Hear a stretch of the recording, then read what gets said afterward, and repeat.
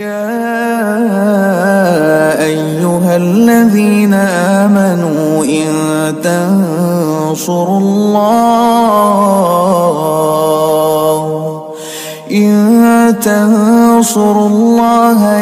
বিসমিল্লাহির রহমানির রহিম। সূরা হুজুরাতের 53 নম্বর আয়াতে আল্লাহ সুবহানাহু ওয়া তাআলা বলেছেন যে খাবার শেষ হয়ে গেলে তোমরা রাসূলের ঘরে খামাখা বসে থেকো না, কোনো কারণ ছাড়া বসে থেকো না। আব্বা এই আয়াতটার একটু বুঝিয়ে বলো। এটা মা হুজুরাত না, এটা সম্ভবত সূরা আহজাব। ও আচ্ছা, আহজাবের 33 নম্বর সূরা, 33 নম্বর আয়াতে এখানে বলা হচ্ছে যে ফাইজা তাইমতুম ফান্তাশিরু, তোমাদের খানা যখন হয়ে যায় তখন তোমরা বেরিয়ে পড়ো। এইটা সমাজের ভিতরে আছে, আমাদের এখানেও থাকে, তখনও ছিল যে সাহাবায়ে কেরাম খানা নিতেন, খানা খাওয়ার জন্য তাদেরকে রাসূলুল্লাহ সাল্লাল্লাহু আলাইহি ওয়াসাল্লাম হয়তো খাওয়ার জায়গায় নিয়ে যেতেন, এটা ভেতরের দিকে ছিল। সেখানে খাওয়ার পরে তারা কথাবার্তা বলতে শুরু করতেন, তো সেটা বাড়িওয়ালাদের জন্য বিব্রতকর হতো। তো তাদের উচিত ছিল যে তারা খাওয়ার পরে সেখান ত্যাগ করে দেবে, সেই জায়গা ত্যাগ করে চলে যাবে, অন্য জায়গায় গিয়ে অবস্থান নেবে। কিন্তু সেটা না করে তারা কথাবার্তা বলতেন। তো সেইটা আল্লাহ তাআলা, রাসূলুল্লাহ সাল্লাল্লাহু আলাইহি ওয়াসাল্লাম খুব লাজুক ছিলেন এবং খুবই ভদ্র ছিলেন, এবং মানুষকে নো বলা রাসূলুল্লাহ সাল্লাল্লাহু আলাইহি ওয়াসাল্লামের কাছে খুব কষ্টকর ছিল। সেই জন্য আল্লাহ নিজেই বলে দিলেন যাতে আল্লাহর পক্ষ থেকে বলায় কেউ দোষ মনে করে না। কিন্তু রাসূলুল্লাহ সাল্লাল্লাহু আলাইহি ওয়াসাল্লাম বললেও দোষ মনে ওনারা করতেন না, সেই মানের লোক তারা ছিলেন না। তারপরেও একটা পসিবিলিটি থাকে শয়তানের ওয়াসওয়াসা সৃষ্টি করার। সেই জন্য আল্লাহ বললেন ফাইজা তাইমতুম ফান্তাশিরু, once you have taken your food get out. Get out ঠিক এইভাবে বলেন নাই আল্লাহ তাআলা, ফান্তাশিরু মানে ছড়িয়ে পড়ো, রাইট, বেরিয়ে পড়ো, ফান্তাশিরু বেরিয়ে পড়ো। তো এই জন্য এই আয়াতের মধ্যে এতে একটা জিনিস আমরা ভালোই বুঝতে পারি যে আল্লাহ সুবহানাহু ওয়া তাআলা কত মানুষদেরকে কিভাবে গাইড করেছেন। প্রতি পদে পদে আল্লাহ সুবহানাহু ওয়া তাআলা সব প্রয়োজনীয় কথা মানুষকে শিখিয়েছেন। আলহামদুলিল্লাহ, আলহামদুলিল্লাহ। আর আমরা সেই নবীর উম্মত হয়েছি যেই নবীকে এই সমস্ত বিষয়ে জ্ঞান দেওয়া হয়েছিল এবং সাহাবায়ে কেরামকে জ্ঞান দেওয়া হয়েছিল। আমরা সাহাবায়ে কেরামের মাধ্যমে জানবো যে কিভাবে আল্লাহকে মানতে হয়, আল্লাহকে মানার নমুনা কেমন হবে। এটা যদি দেখতে হয়, বুঝতে হয়, তাহলে সাহাবায়ে কেরামের জীবনের দিকে তাকাতে হবে। So we are proud of this thing যে আমরা রাসূলুল্লাহ সাল্লাল্লাহু আলাইহি ওয়াসাল্লামের উম্মত হয়েছি। আমাদেরকে আল্লাহ তাআলা তৌফিক দিয়েছেন রাসূলুল্লাহ সাল্লাল্লাহু আলাইহি ওয়াসাল্লামের উম্মত হওয়ার, এবং আলহামদুলিল্লাহ আমাদের মন যেন আল্লাহ ঘুরিয়ে দেন। বলুন ইয়া মুকাল্লিবাল কুলুব সাব্বিত কলবি আলা দীনিক। আল্লাহর কাছ থেকে দিলকে আল্লাহ ঘুরায় দিতে পারেন, তো সেইটা আল্লাহর কাছে দোয়া করেন। যদি কারো মনের মধ্যে আল্লাহ ভীতি বা আবেগ বা আখিরাতের চিন্তা, মৌতের চিন্তা, জাহান্নামের চিন্তা, জান্নাতের চিন্তা আসতে চায় না, স্বাভাবিকভাবে আসে না, তাহলে আল্লাহর কাছে তৌফিক চান। আল্লাহর হাতে সব ব্যবস্থা আছে, চাইলে আল্লাহ তাআলা দেন, অবশ্যই দেন, এবং আল্লাহ দিয়ে থাকেন। এমনকি আপনি যত চাইবেন তার চেয়েও বেশি পাবেন, আল্লাহ তাআলা তার চেয়েও বেশি দেয়। না চাইলেও তো পারে। তুমি আমাকে একবার বলছিলে না, আমি খুব অরিড ছিলাম, বলছিল যে আল্লাহ হচ্ছেন লাতিফুম বিইবাদিহি, যিনি মানুষের ডাকের অপেক্ষায় বসে থাকে না, মানুষ ডাকবার আগেই সাহায্যের জন্য আল্লাহ এগিয়ে যায়। Right, right. এই সূরারই দুই আয়াত আগে আল্লাহ বলছেন ইন্নাল্লাযীনা ইয়াখশাউনা রাব্বাহুম বিল গায়ব লাহুম মাগফিরাহ ওয়া আজরুন কাবীর। নিশ্চয়ই যারা আল্লাহকে ভয় করে না দেখে, তাদের জন্য ক্ষমা রয়েছে, তাদের জন্য ক্ষমা রয়েছে। কত সিম্পল কথা, শুধু আল্লাহকে ভয় করলেই আপনি জান্নাতে চলে যাবেন। জটিল করার দরকার নেই। নিজেদের হাতে চলার পথকে জটিল করে ফেলা খুবই বুদ্ধিমানের কাজ হবে না, অত্যন্ত বোকামি হয়ে যাবে। আল্লাহ সুবহানাহু ওয়া তাআলা আপনাদের সকলকে, আপনারা যারা প্রশ্ন করেন, এই অনুষ্ঠানকে ভালোবাসেন, তারা এবং আমরা সকলেই যেন জাহান্নাম থেকে আল্লাহর রহমতে বাঁচতে পারি, আল্লাহর ব্লেসিং যেন আমরা পাই, এবং আল্লাহ যেন আমাদেরকে জান্নাতি হওয়ার তৌফিক দান করেন। আল্লাহুম্মা আমিন। তো আব্বা, আমাদের সমাজে যে একটা কথা প্রচলিত আছে যে মেহমান এসে খেয়েই চলে যেতে চাইলে বলে যে নোয়াখালীদের মতো আচরণ করতেছে, খেয়েই চলে যাচ্ছে। তো নোয়াখালীরা যদি এই আচরণ করে থাকে তাহলে তো এটা কোরআনের নির্দেশই পালন করতেছে। হ্যাঁ, ঠিকই। অবশ্যই এই নিয়তে যদি তারা করে তাহলে সওয়াব পাবে। আর যে কোনোভাবেই হোক যদি চলে যায় তাহলে একটা নেগেটিভ কাজ থেকে তারা বেঁচে গেল। সেই জন্য তো তারা, আর নিয়ম এটাই। তো চলুন আমরা আপনাদের প্রশ্নের উত্তর জেনে আসি। আসসালামু আলাইকুম। ওয়ালাইকুম আসসালাম রাহমাতুল্লাহ। আপনার প্রথম প্রশ্ন করেছেন ফারজানা আক্তার, উত্তরা, ঢাকা থেকে। উনি লিখেছেন, আমার 3টি প্রশ্ন। আসসালামু আলাইকুম হুজুর, আল্লাহ আপনার হায়াতে বরকত দান করুন, আমিন। আমার হায়েজ হলে সুস্থ হতে প্রায় 10 দিন লাগে। আমার অনেক মন খারাপ হয়, আমি এতদিন নামাজ পড়তে পারি না। এই সময় কি আমি অনলাইনে কুরআন মজিদ শিক্ষা নিতে পারি? জি, তা পারেন, কিন্তু আপনি যে 10 দিন যদি আপনার এই অসুস্থতা থাকে সেটি আপনার কোনো দায় নাই, ওটা আল্লাহ করেন। সুতরাং এর উপরে আপনি আপনার ভিতরে কোনো ব্যস্ততা, আপনার ভিতরে কোনো অপূর্ণতা, আপনার মধ্যে কোনো রকমের কষ্ট অনুভব করা ঠিক হবে না। আপনি নিশ্চিন্ত থাকুন, আল্লাহ সুবহানাহু ওয়া তাআলা আপনাকে মাফ করবেন। এবং উনি কি বলছেন শেষের দিকে? বলেছেন যে এই অবস্থায় তো উনি নামাজ পড়তে তো পারছেন না, কিন্তু কোরআন মাজিদ শিক্ষা নিতে পারবে কিনা? হ্যাঁ, কোরআন মাজিদ আপনি অনলাইনে শুনতে পারবেন এবং শিখতে পারবেন, এতে কোনো সমস্যা নেই ইনশাআল্লাহুল আজিজ। বরং এটা করাই ভালো, কারণ হচ্ছে যে আপনার ঈমানটা যেন খোরাক পায় প্রতিদিন, ঈমানটা প্রতিনিয়ত খোরাক পায় এবং ঈমান তাজা থাকবে, আর তাতে আমল সুন্দর হবে। আল্লাহকে আপনি কতটা ভয় করেন এবং আল্লাহর হুকুম মেনে চলেন সেটা আল্লাহ দেখেন। তো আপনি খুব বেশি পেরেশানি যদি নেন, এটা আল্লাহ পছন্দ করবেন না। সেই জন্য আপনি পেরেশান হবেন না ইনশাআল্লাহুল আজিজ। আল্লাহ আপনার জন্য জান্নাতের ফয়সালা করে দেবেন। আমি শুনেছি আব্বা যে নামাজ বাদে তো দোয়া দরুদ করতেই পারবে, কিন্তু কোরআন যদি উইথ ট্রান্সলেশন থাকে সেই কোরআন উনি খুলেও পড়তে পারবেন with translation. Right, we need not to go there, কারণ হচ্ছে উনি ওটা জিজ্ঞেস করেন নাই। ঠিক আছে। দ্বিতীয় প্রশ্ন করেছেন, ফরজ নামাজে দোয়ায়ে মাসুরার পরে সালাম ফিরানোর পূর্বে কোরআনের আয়াতে যে সকল দোয়া, যেমন দুনিয়া আখিরাত, মা বাবার জন্য, সন্তানের জন্য দোয়া করা যাবে? হ্যাঁ, করা যাবে। আপনি নামাজের সালাম ফিরিয়ে তারপরে করেন। আপনি করতে চাচ্ছেন দোয়ায়ে মাসুরা না, সালাম ফিরানোর আগে দোয়া করেন, তাতে অসুবিধা নাই। কিন্তু আপনি কোরআনের যে সমস্ত মোনাজাত আছে, দোয়া আছে, এগুলো না করলেন ফরজ নামাজের ক্ষেত্রে, সুন্নত নফলের ক্ষেত্রে করা যাবে। আর ফরজ নামাজের ক্ষেত্রে করলেও যে বড় গুনাহ হয়ে যাবে, অন্যায় হয়ে যাবে, দোষ হয়ে যাবে তা না। তবে যারা মুকাররাবিন বান্দা, আল্লাহ তাআলার প্রিয় বান্দা, তারা যেভাবে আমল করতেন, আমরা যদি সেইভাবে আমল করি তাহলে এর গ্রহণযোগ্যতা আল্লাহর কাছে অনেক বেড়ে যাবে। আমি তাদের সেই নিয়মের কথা আপনাদেরকে জানতে দিচ্ছি। সাথে বাংলা ভাষা নিজের মতো করে দোয়া করা যাবে? বাংলা ভাষায় নিজের মতো করে অবশ্যই করা যাবে, এবং সেটাই আমার মনে হয় ভালো। কারণ হচ্ছে যে ওই কথার ভিতরে প্রাণ থাকবে বেশি। আপনি যেটা বুঝে শুনে বলবেন, নিজের ভাষায় বলবেন। আল্লাহ তো সব ভাষা জানেন, আল্লাহ তো আমাদের সব কথা বোঝেন আমরা বলার আগেই। এটা একটা জায়গা আছে এরকম, যেমন আপনি কথা যখন আসবে আপনার কাছে, তো আপনার সঙ্গে কমিউনিকেট হওয়ার আগেই আল্লাহর সঙ্গে এটা কমিউনিকেট হয়ে যায়। এই টেলিফোনের ওই ইয়ের মতো যারা কল ধরায় দেন, ওই মাঝখানে যারা থাকেন, তাদের কাছে কথা আসে আগে, তারপরে হলো ওই ব্যক্তির কাছে যায়।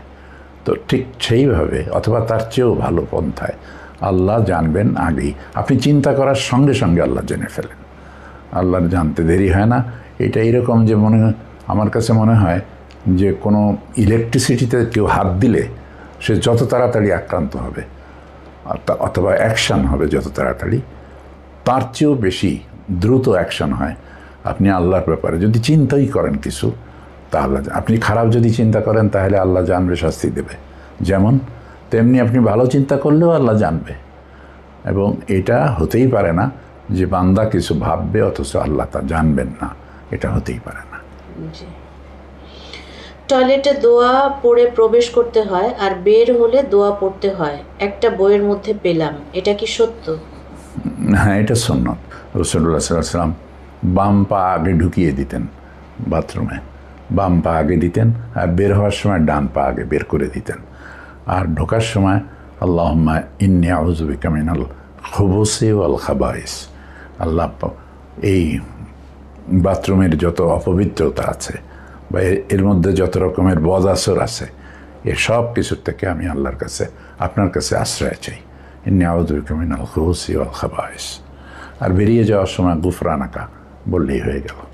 আর যদি পারেন আলহামদুলিল্লাহিল্লাযী আযহাবা আন্নিল আযা ওয়া আফানি ওয়া আবকা ফি জাসাদি মা ইয়ানফাউনি, এতটা পড়তে পারেন। আর এই কথা আপনি নিজের ভাষায়ও বলতে পারেন যে প্রশংসা সে আল্লাহর জন্য যিনি আমার পেট থেকে সেসব জিনিস বের করে দিলেন যা আমার জন্য ক্ষতিকর ছিল। ও আবকা ফি জাসাদি মা ইয়ানফাউনি, এবং আমার শরীরের ভিতরে সেই সব জিনিস অবশিষ্ট রেখে দিলেন যেগুলো আমার জন্য ক্ষতিকর।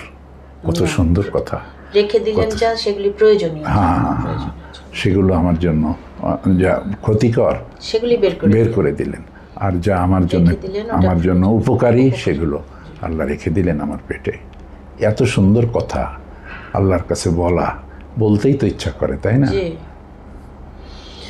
উনি তৃতীয় প্রশ্ন করেছেন, ইস্তেনজা করতে মনে মনে ইস্তেগফার পড়তে হয়, এটা সত্য কিনা?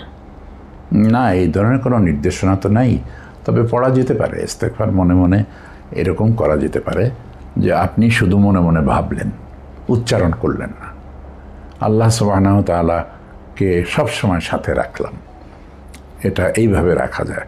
বাথরুমের ভিতরে আমি পড়লাম না দোয়া, দরুদ বা তেলাওয়াত করলাম না, কিন্তু এটা চিন্তা করতে তো এসেই যায়, চিন্তা মাথার ভিতরে, মনের ভিতরে, কোনো অসুবিধা নেই। আল্লাহকে ধরা দরকার, প্রস্তুত হওয়া দরকার মৃত্যুর জন্য। আমি বলবো আপনারা বুদ্ধিমান, আপনারা বুদ্ধিমতী, এবং বুদ্ধির দাবিই হচ্ছে এই যে মৌতের কথা ভাবতে হবে এবং আল্লাহর মাগফিরাত, ক্ষমা পাওয়ার আশা করতে হবে, বিশ্বাস করতে হবে যে আল্লাহ মাফ করে দেবেন। আনা ইনদা জন্নে আবদি বি, এই ধরনের কথা আল্লাহ বলেছেন হাদিসে কুদসিতে যে আমি আমার বান্দার কাছে তেমন, আমার বান্দা আমার সম্পর্কে ধারণা রাখে যেমন। আমরা যদি মনে করি যে আল্লাহ ক্ষমাশীল, আল্লাহ আমার ক্ষমা করে দেবেন, তাহলে আল্লাহ ক্ষমাই করে দেবেন। আর যদি মনে করি যে না, যা করছি, এই যে যেটা নুরুল ইসলাম ভাইয়ের অবস্থা শুনলেন, পড়া হয়েছিল এক সময় যে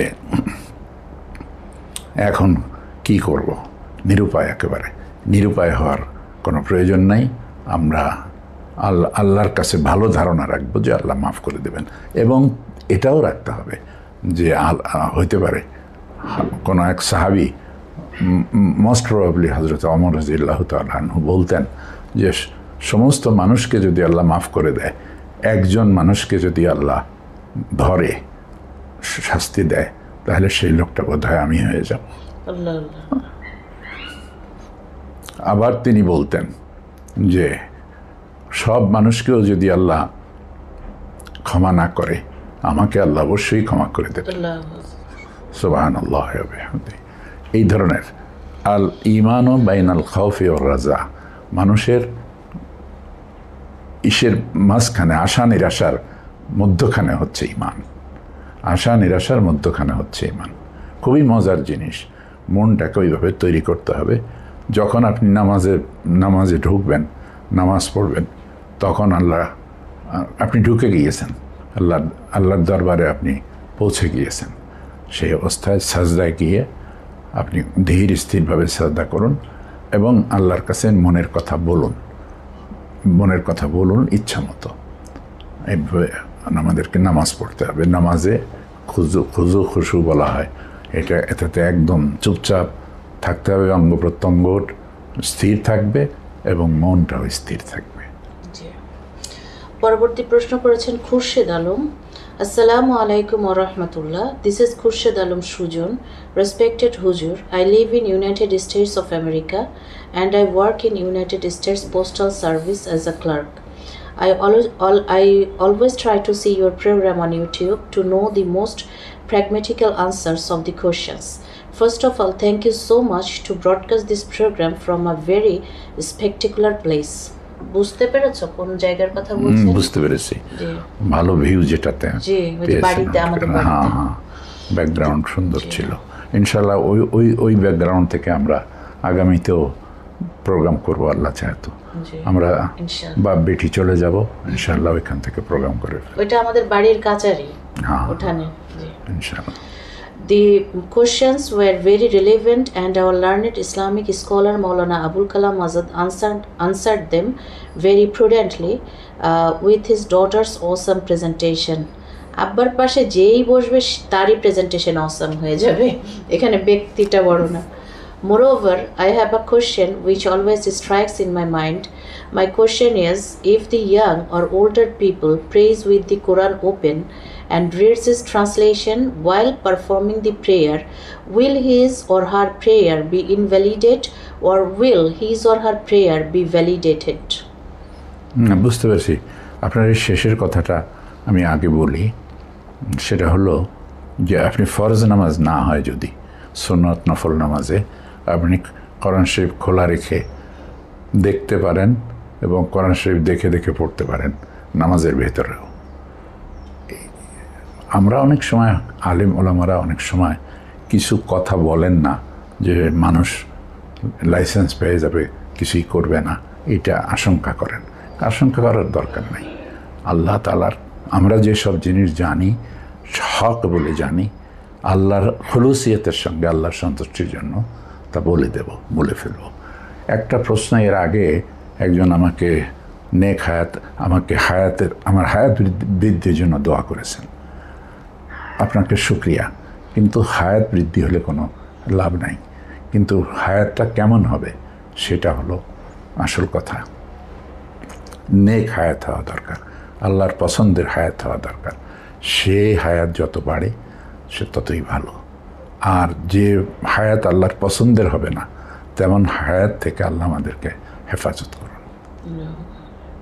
সো নামাজের সময় কোরআন খুলে পড়তে চাচ্ছে, এটা তো পড়া যাবে, কিন্তু ফরজ নামাজের ক্ষেত্রে না। ফরজ নামাজের ক্ষেত্রে যেন না করেন। সুন্নত নফল নামাজের ক্ষেত্রে দেখে নামাজের ভেতরেও কোরআন দেখে পড়া যেতে পারে এবং তাতে নামাজ নষ্ট হবে না। অ্যাট দি সেম টাইম উনি যদি ওই নামাজের মধ্যেই আয়াতের ট্রান্সলেশনটা দেখতে চান, সেটা তো আর সম্ভব হবে না। সেটা ঠিক হবে না। তর্জমা যতটুকুন জানা আছে তার উপরে নির্ভর করা, এবং যদি দেখে ফেলতে পারেন ওই সময় তর্জমা কিছুটা না দেখাই ভালো, আপনি শুধু তেলাওয়াত করবেন।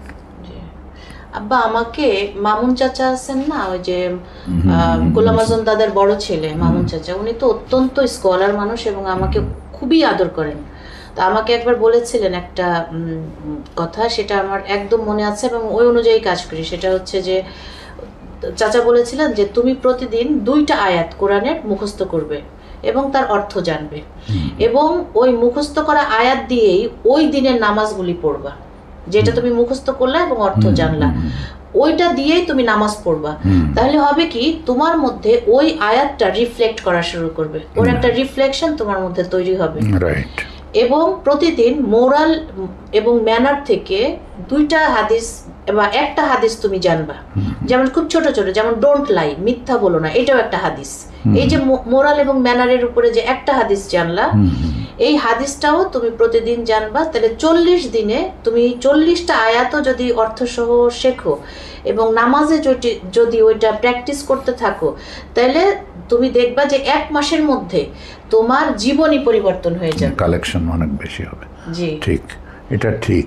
কিন্তু দুর্ভাগ্য হলো যে আমরা সময় এভাবে ওভাবে সেভাবে পাস করে ফেলি, এটা খেয়াল থাকে না, মনে থাকে না। আফসোস হবে সেই দিন যে আহা কি করেছি। আমি কিন্তু করেছি আব্বা, ওইটা do it and continuously doing ইটটা একটু বন্ধ হয়ে গেছে এরকম আর কি। Continuously.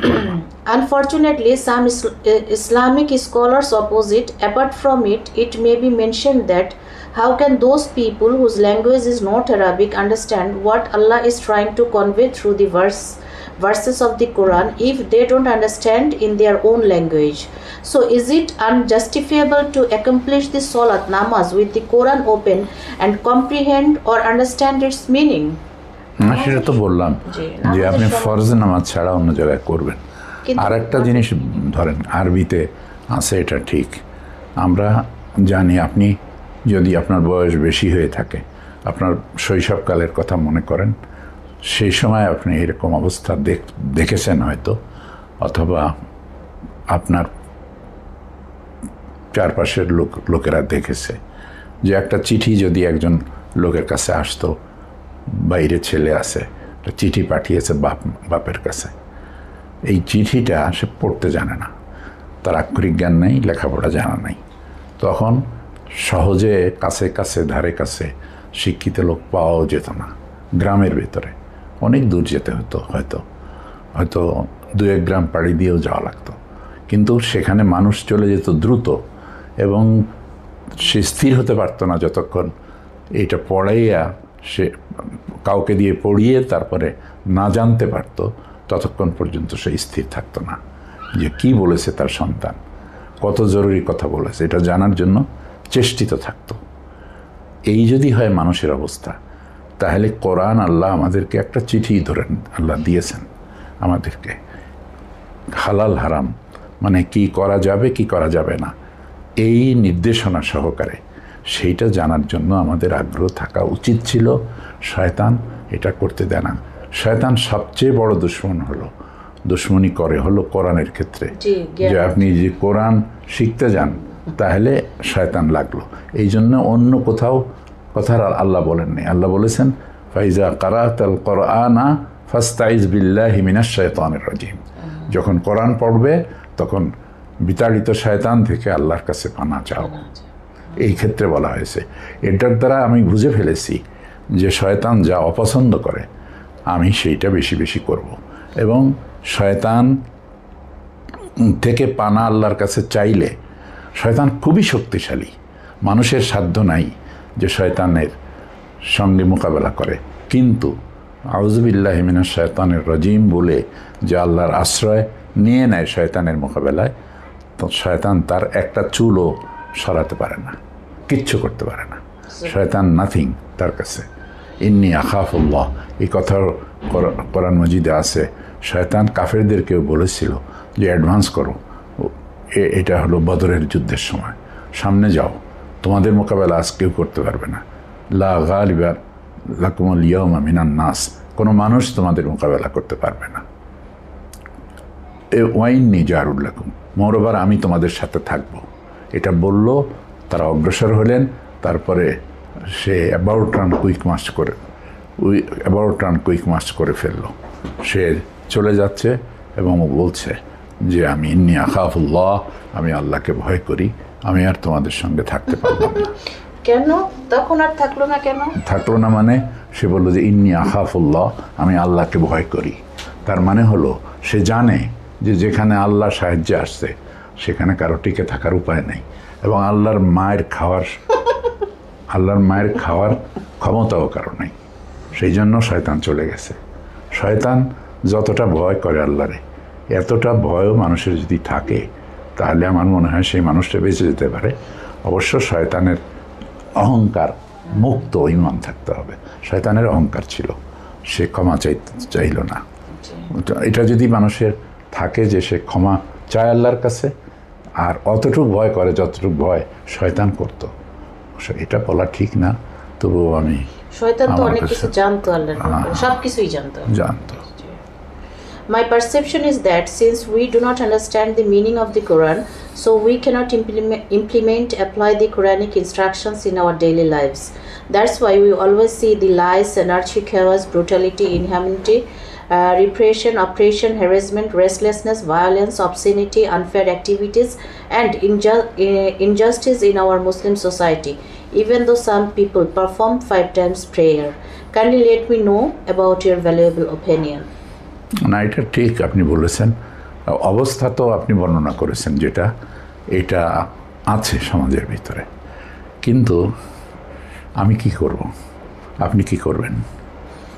আমরা ওটা দেখে আত্মতুষ্টি আমাদের হওয়া উচিত না, যে ও লোকেরা তো এটা মানে না, আমি তো মানি। এই ধরনের ভাব যেন কখনো আসে না। আল্লাহ তাআলা এটা পছন্দ করেন না। এবং আর একটা জিনিস হলো যে নিরাশ হওয়া উচিত না। ওই যে অন্যায় করছে যারা, তাদেরকেও আল্লাহ মাফ করে দিতে পারেন। এবং এদেরকে অন্যায় থেকে আলাদা করা, মানে একটা ব্যক্তির উপরে আক্রোশ না রেখে ওই খারাপ কাজের উপরে আক্রোশ থাকবে।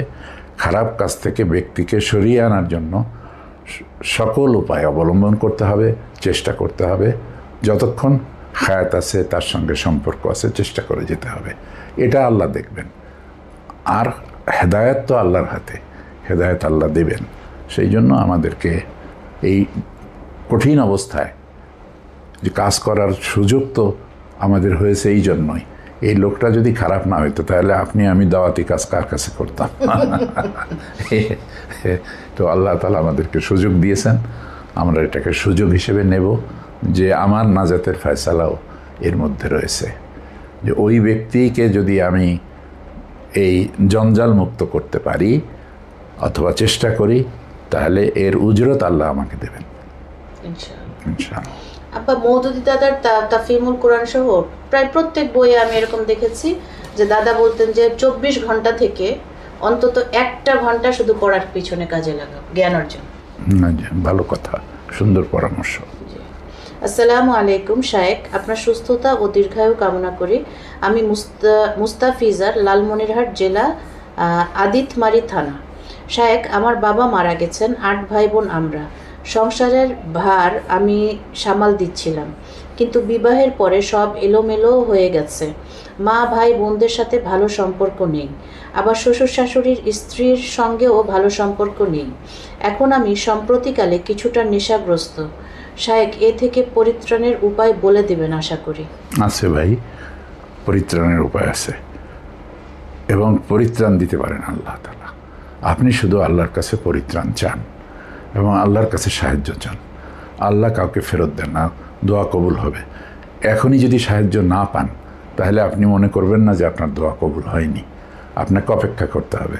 হতে পারে এর ভিতরে আল্লাহ আপনার জন্য পরীক্ষা রেখেছেন, অথবা আপনার কোনো শাস্তিও হতে পারে, এটা আল্লাহ ভালো জানেন। তো আপনি ধরে নেবেন যে এটা আল্লাহ পরীক্ষা করছেন আমাকে, যে আমি কি এই অবস্থায়ও আল্লাহকে ছেড়ে দূরে চলে যাই, নাকি আমি আল্লাহর নিকটবর্তী হওয়ার চেষ্টা করি। আপনি চেষ্টা করুন, আল্লাহ আপনাকে সাহায্য করুন।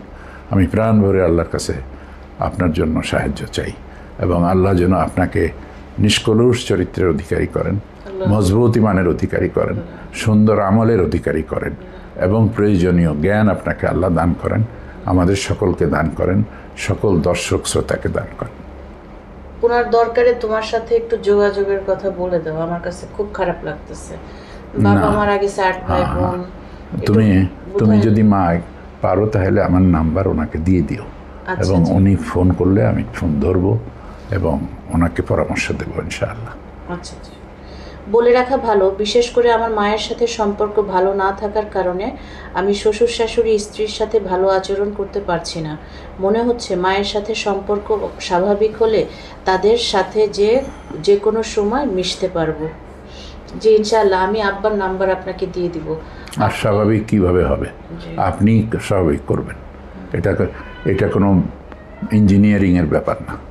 আপনি আপনার মার সঙ্গে ভালো কথা বলবেন, এটা ছাড়া আপনার ভালো কথা ছাড়া মার সঙ্গে বলার কোনো অধিকারও নাই, আপনার সে চেষ্টাও করা উচিত না। মার সঙ্গে ভালো সম্পর্ক থাকতেই হবে আপনাকে। এত বড় নেয়ামত আল্লাহ তাআলা আর কিছু দেন নাই মানুষকে মা বাপের চাইতে। সুতরাং মায়ের সঙ্গে বাপের সঙ্গে ভালো সম্পর্ক রাখুন। স্ত্রী যদি কিয়ামতের দিন সাক্ষী দেয় যে আমার স্বামী ভালো ছিলেন, তাহলে আল্লাহ তাআলা তাকে জান্নাতে দিয়ে দেবেন।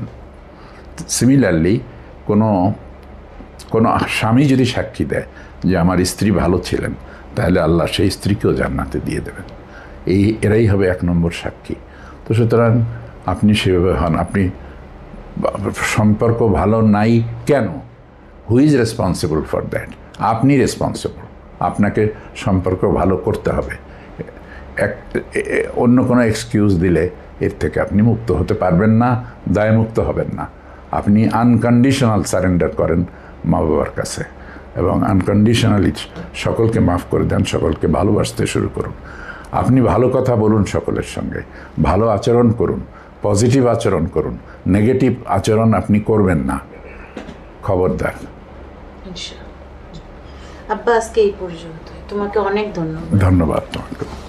দর্শক, আমাদের স্ক্রিনে দেখা নাম্বারে আপনারা প্রশ্ন পাঠাবেন, ইনশাআল্লাহ আপনাদের প্রশ্ন নিয়ে আবার আব্বার সামনে চলে আসব, আব্বার কাছ থেকে উত্তর নিয়ে নিব।